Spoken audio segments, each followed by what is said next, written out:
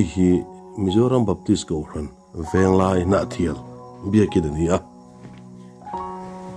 mun sang biak in a kan mu zen lo lai biak in kiangah hian a oma chu in mu atan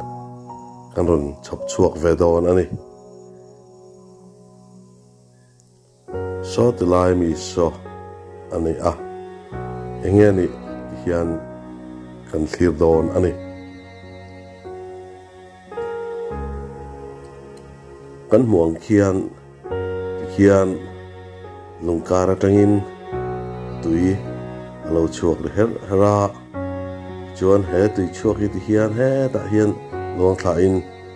helai anoi hian sangha nda a chung sangha te chu hian zalen takle thamuang takin tuna hian anom mek ani chung ang han mu chuan ngaihtuahna anti thovenga khohoi anti nuam thina ni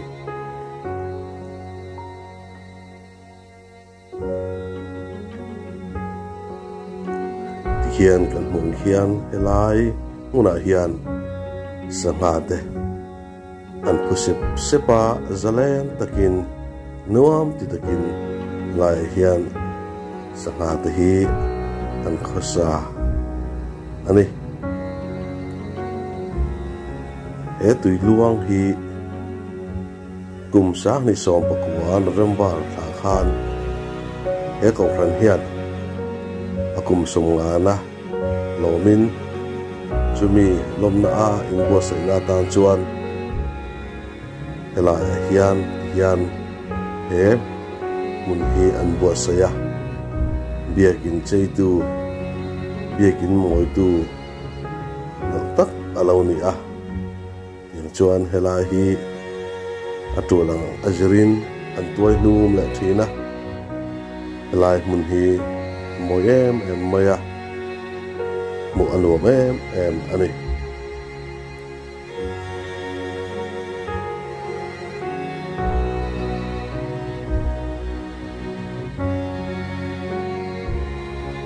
helai mun en thin tu te hi an du ai re lai mun a hian an ti la kan soi sual lawang heng Pathian thil siam moi tak khan mu hian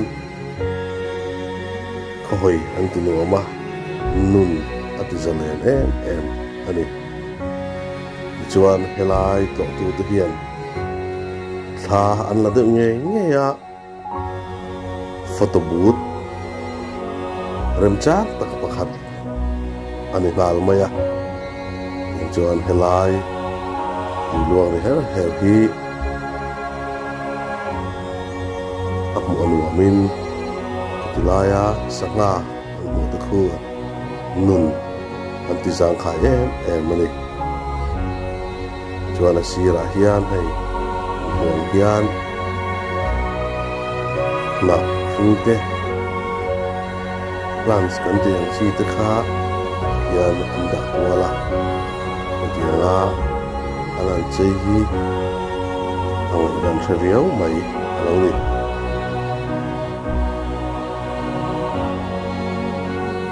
veng lai kan hi ran lian an ni lova tin biak in hi a mun ma rem em ran lem lo ti chuan a bulvel an che po hian pang par te par chuai lem lo na in hian mu nuam takin en biak in te po hi an che ya biak in lian le ropui an san hau lo amara chu ru takle moi takin hian en kol ani kumin sa ni somni pakat pastor bial raurel andong dona chumi wang chuan helai hun te po hi hian kan chei num le a hi zanlama alam dan ani a chhun lam kho en lai ai ma khan tuna hian amoi mo ti mai tu ni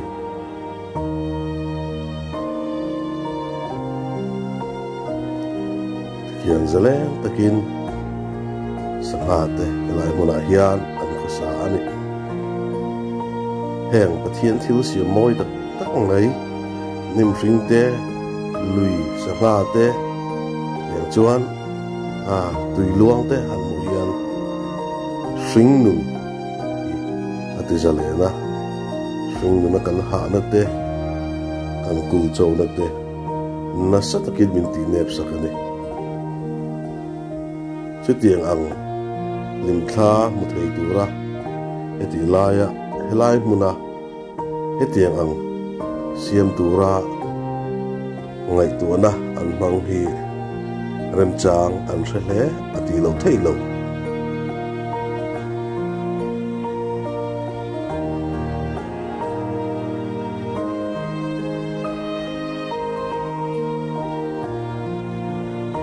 hian helai mun hi